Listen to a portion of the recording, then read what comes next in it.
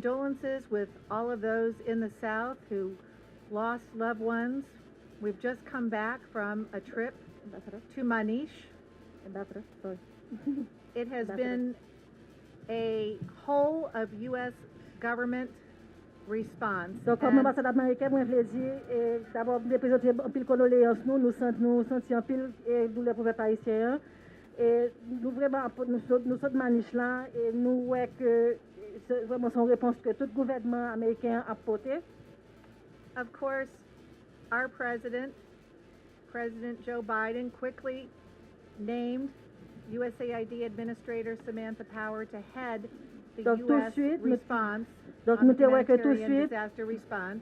nous te voyons que tout de suite, le président Biden t'a nommé administrateur USAID Samantha Fowler pour te gérer toute réponse gouvernement américain. And we are proud to welcome her today along with Southcom Commander Admiral Craig Fowler. Mr. Prime Minister, Dr. Chandler of the DPC, it has been an honor to lead our Port-au-Prince Embassy team here as we support the people of Haiti in this time of need. Donc, nous comptons pour nous accueillir aujourd'hui et administrateur Fowler avec Admiral Fowler, qui c'est le commandement de Southcom, et M. le Premier ministre et M. Chandler, nous sommes très contents d'accueillir nous aujourd'hui pour nous voir et coordination réponse là. My deep and heartfelt sorrow Je vais exprimer vraiment peine et pour ça. to all of those injured À in tout le monde today's qui est attacks blessé dans l'attaque qui fait aujourd'hui. and to the families of those killed. Et pour famille de monde qui mourir. I also want to join Ambassador Sisson in Vle- expressing my sincere condolences to the people of Haiti Je voulais appuyer l'ambassadeur Sisson pour m'exprimer gros condoléances pour le peuple haïtien who have been affected by this devastating earthquake. qui était venu affecté par le tremblement de terre dévastateur ça.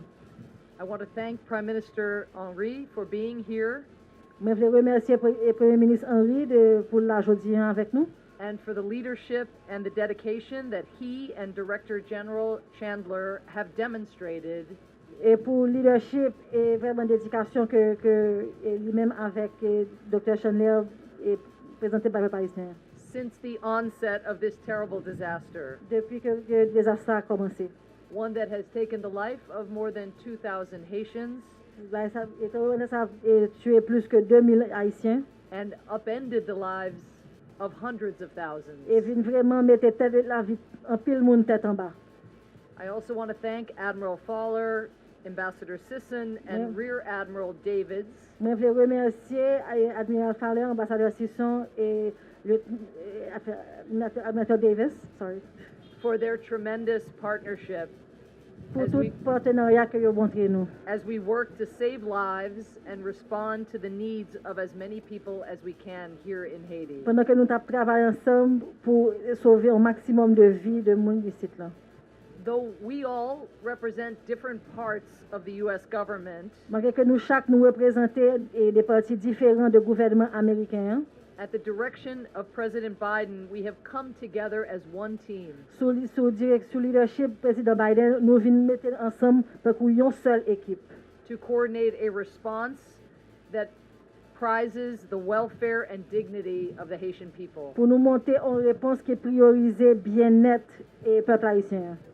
Today, we had the chance to witness the impact of the earthquake Aujourd'hui, nous avons une opportunité pour nous voir avec Dieu nous impact et tremblement de terre là. and the response firsthand. Et nous voyons toutes les réponses et interventions qu'a fait sur terrain tout. First, we flew over the affected terrain. D'abord, nous avons volé en hélicoptère et vers zone qui était affectée. And just to see the mountains Et bien and the nous-mêmes là, que narrow nous voyons roads, et toute montagne, toute petite route petite. many of which were damaged or blocked Un with pile là-dedans qui landslides, était ou bien endommagé ou bien qui était même bloqué avec éboulement. is to be reminded of the challenge of accessing many parts of the affected area. Ça fait nous ouais pour qui ça que c'est tellement difficile pour nous arriver joindre certaines zones. We stopped in Manish and spoke with families Nous t'ai été dans Maniche et nous t'ai parlé avec plusieurs familles who have been devastated by the earthquake. qui étaient vraiment très très affectées par le tremblement de terre. Là. According to the mayor of Manish, Selon maire Manish là, of the 9,800 homes in that area, de 9800 cailles qui gagnent dans zone ça, more than 5,000 were destroyed. plus que 5000 là-dedans yo déjà détruites. We saw a school that had been completely flattened, Nous voyons l'école qui vient plate à terre net, putting at risk the start of the school year, of course, for hundreds of children. ça qui vient bien sûr et endommager commencement année pour plusieurs centaines d'étudiants. We saw a health clinic that had been partially damaged Nous voyons un centre de santé qui était partiellement endommagé and is now overwhelmed by need. et qui quoi vient qui tellement de monde qui besoin qui pas de place. And we met with families who are in dire need of shelter. Et nous rencontrons des familles qui vraiment besoin en pile et abri. The needs that we encountered in Manish, Et besoin que nous voyons dans Manish, as you well know, are being experienced by many, many families and citizens of this country. comme vous connaissez, il y a plusieurs familles avec dans le pays qui ont même besoin de ça. We also met with Usaid Haitian surge staff. Nous rencontrons aussi avec personnel USAID haïtien qui là pour leur réponse en cas d'urgence. These are Haitians who were part of the immediate response effort after the earthquake, C'est les haïtiens qui étaient premiers sur place pour te répondre pendant l'urgence là. joining with the Haitian Civil Defense Qui and the étaient Haitian venus government travailler ensemble avec Direction Protection Civile haïtien et gouvernement haïtien. and all of the U.S. government responders. Et tout le monde qui était venu faire intervention yo pour le gouvernement américain. We have been able to assist or rescue through medevac more than 450 Haitians, Nous venons arriver capables d'évacuer pour jouer médicaux plus que 400 haïtiens and using U.S. government assets deliver more than 200,000 pounds of vital aid. et pendant qu'on a utilisé toute capacité militaire là, nous venons arriver by plus que 200 000 livres d'assistance humanitaire. As we build on this initial response, I am pleased here to announce Pendant que nous avons continué à bâtir sur réponse initiale ça, je suis très content pour m'annoncer aujourd'hui that USAID will provide an additional $32 million as part of a broader American response que USAID pral bay mettait sous côté 32 millions de dollars qui pourra faire partie d'une réponse plus à long terme de gouvernement de USAID et du gouvernement américain to support people here affected by the earthquake. pour supporter les gens qui sont affectés par le tremblement de terre. The Prime Minister and I spoke about the Haitian government's sense of the priorities of the people Premier ministre Henry avec moi nous sommes parlé de qui ça que le gouvernement haïtien ouais comme priorité pour aider le peuple haïtien and how not only USAID and not only the entire U.S. government, but the broader international community can best meet those needs. et comment non seulement USAID, non seulement le gouvernement haïtien, non seulement le gouvernement américain, mais tout partenaire international est capable de mieux adresser besoins ça yo. This $32 million of funding will provide additional shelter, health, food, water, and other urgent life-saving assistance. 32 millions de dollars ça pour venir adresser besoins que nous gagnons en termes de abri, en termes de santé, en termes d'assistance alimentaire et en termes pour réponse globale. I will close now in order to allow you to hear from others, but before I do, I just want to stress one thing. Moi pour finir là avant que m'ba l'autre monde parler mais avant que me finir avec je dis m'ta remet vraiment focus sur yon bagay, souligner yon bagay. We hear a lot about the lessons of the 2010 Haitian earthquake. Nous tendez parler en pile de qui leçon que nous te apprendre de tremblement de terre 2010 là. And perhaps the most important lesson is that no development agency Et peut-être réponse qui leçon qui plus important c'est que pas une seule agence de développement and no army or diplomatic corps et ni aucune armée ni aucun corps diplomatique can just import a perfect humanitarian response from afar. qui est capable juste importer en réponse humanitaire parfaite de l'étranger. You need local expertise and local leadership Nous besoin expertise avec leadership local to reach communities in need. pour nous vraiment arriver à atteindre communauté qui vraiment besoin d'aide yo. And for years, since 2010, we have been working to strengthen Haitian capacity Et nous-mêmes, Usaid, depuis 2010, nous travaillons pour augmenter la capacité de réponse haïtienne. And the most important predictor of our ability to meet these needs is this ongoing partnership with the Haitian people. Et puis, gros facteur qui peut permettre nous adresser besoin ça yo, c'est partenariat nous avec le peuple haïtien. And that is not only true right now in this urgent life-saving phase, Et c'est pas seulement vrai pendant phase urgence ça, but as we go forward mais aussi pendant que nous avançons, and begin planning and programming around recovery. pour que pendant que nous pensons planifier et faire programme pour redressement, pour reconstruction. United States Southern Command is here in full support of the U.S. government team leader, Administrator Power. Commandement Sud, l'armée américaine, là, en toute force, pour supporter le leadership, réponse gouvernement américain, qui c'est administrateur Power. And supporting our U.S. Ambassador, Ambassador Sisson. Et supporter tout ambassadeur américain et Michel Sisson. Our focus has been to work closely with the team here to deliver the needed aid as rapidly as possible. Focus nous jusqu'à présent, c'est que nous travaillons avec l'équipe locale, là, nous, pour nous capables de livrer aide humanitaire le plus rapidement que possible. And as Administrator Power said, the sufferings we saw today indicates that we still have a lot of work to do. Et Jean, administrateur Power dit, tout souffrir que nous voyons sous terrain, montre nous que nous toujours un pile travail pour nous faire.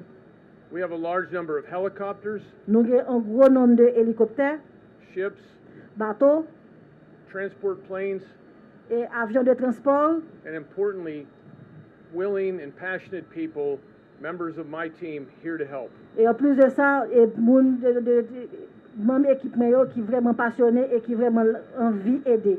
Our task force is led by Rear Admiral Keith Davids, and he works closely with the U.S. lead, Tim Callahan, and Dr. Chandler.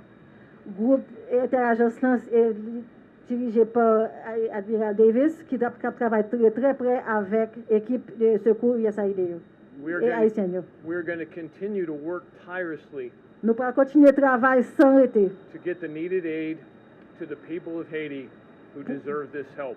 pour mener aide que nous avons besoin aux Haïtiens qui besoin d'aide. And our hearts and prayers go out to all of you Et tout and all cœur nous the et people, toute prière nous avec nous. Et tout le monde nous qui est victime tremblement de terre. all the people affected by this disaster. Avant de commencer, je vais demander, Madame l'ambassadeur, Before I start, I'd like to ask the ambassador pour transmettre au gouvernement, to transmit to the U.S. au government peuple américain, and to the American people condoléances nous à sympathie nous, our condolences and condolences pour les gens qui fait que sont mourir là ou qui blessés en Afghanistan. for the après people who attentat ça. perished or who were injured during the attack in Afghanistan. Nous sommes pays qui ont pays qui sont dans une situation difficile au point social, politique et économique. Our country is in a difficult situation, both socially, politically, and economically. Et tremblement de terre ça vient aggraver la situation. And this earthquake came to aggravate everything. Dès les premières heures, dès les premières minutes, tremblement de terre ça, From the first hour, from the first minutes after this earthquake, nous avons témoigné présence d'amis I can testify that our friends were present. qui viennent connaître ça nous gagner avant nous demander yo quoi They que ce came to soit. see what we needed before we even had to ask. En plus, ils viennent nous offrir nous aide yo They came to offer their help pour nous chercher monde qui enterré en bas des combes yo to search and rescue for people who dès were les trapped under premières rubble. minutes du tremblement de terre. Every minutes after the earthquake. Nous voulons dire nous merci. And I want to say thank you. Nous gagnons un grand défi devant nous. We have a big challenge ahead of us. C'est que nous avons bon monde qui dans la rue, We have a lot of people in the street. qui n'ont pas gagné caille, They don't have housing. qui a subi intempéries, that are suffering from La- natural la tombée disasters, sous the rain. soleil a brûlé yo. The rain is getting them wet, the Il faut sun nous is burning répondre them. à situation ça rapidement. And we need to answer that. We need to address this as Nous soon as remercions les possible. amis yo qui viennent aider nous. And we thank our friends who have come to Et qui help us permettent nous prendre responsabilité nous envers peuple nous yo, and who has allowed us to take our pour responsibility in que front of nous our capables de people joindre assistance que besoin. to find the assistance that they need. Nous dit l'union fait la force. We say in unity there is power. Nous apprécions solidarité amis nous yo. We appreciate the solidarity of our friends. Nous apprécions solidarité moun qui vivent dans communauté yo We appreciate the solidarity of people who are et qui a living in these plongé même communities et qui a plongé même bail yon l'autre. and who are extending their hand, their helping hand to their fellow communities. Si nous mettons nous ensemble, If we put ourselves together, nous capables arriver lever gros défi ça. we can address this big challenge. Encore une fois, je me dis merci pour phase aiguë ça que nous avons bien vivre là, Thank you again for the help that you're providing during this very acute phase. mais puis gros tâche que nous avons pour nous faire But the biggest task we will have is in front of us. et c'est ensemble que nous capables faire. And it's only together that we'll be able to achieve it. Plus grande tâche là, faut que nous remettions The biggest communauté task sous pied is that we have to redress these communities, put them back et on their que feet, l'économie dans zone ça yo redémarre. and that the economy in these areas can start again. Nous avons une grande préoccupation pour l'école Timoun yo We are hugely preoccupied for the et nous back-to-school remercions season, dès à présent amis yo and we qui thank our friends right now décidé de nous coup de main pour que l'école reprenne. who have decided to help us to help our students go back to school. M'a fini pour me dire tout merci I will end too saying thank you, pour que même avant demande ça que nous avons lancé even before we pour aider this call for nous help, pour aider nous prendre en charge urgence là. to help us address the urgency. Le gouvernement américain offre nous une aide substantielle. The American government offered us substantial help. Enfin, m'a dit faut solidarité à continuer Finally, I'm going to say that solidarity must et continue, qu'ensemble nous rebâtir Haïti, un Haïti meilleur. and that together we build back a better Haiti.